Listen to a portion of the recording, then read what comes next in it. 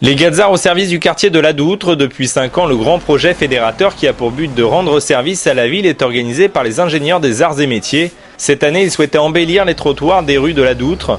Ce jeudi après-midi, 300 étudiants ont balayé, nettoyé, astiqué les trottoirs. Alors, quels sont les objectifs des Gazards? La réponse de Jérémy Guillotot, élève à l'école des arts et métiers d'Angers et responsable de la communication au sein de l'association des élèves. Deux objectifs, c'est ça, c'est renforcer l'esprit de groupe et la cohésion de l'équipe, donc de l'équipe de la promotion entrante et de notre promotion à nous, et de montrer aux commerçants qu'on est là, on vit avec eux, on a envie de faire vivre le quartier et on est un élément vivant de leur quartier et qu'on attache de l'importance à ce qu'ils font pour nous, les services qu'ils nous rendent, nous faire à manger chaque midi, etc. Et voilà. Bah écoutez, ça s'est tenu en l'envoi d'un email et d'une affiche en disant rendez-vous 13h45 dans la cour de l'école pour le grand projet fédérateur. Donc après, avec le bouche à oreille, les gens ont su de quoi il en retournait, donc un grand balayage.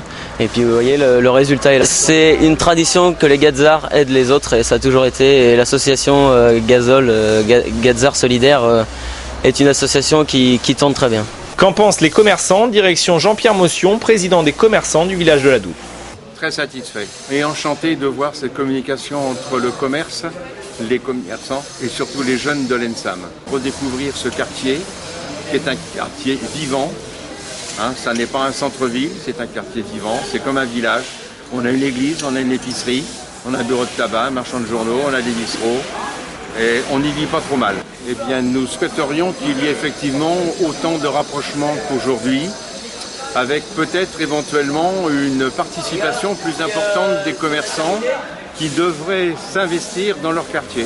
C'est une question que chacun a ses propres problèmes, ses propres soucis, mais je pense qu'il ne faut pas oublier une chose, un village,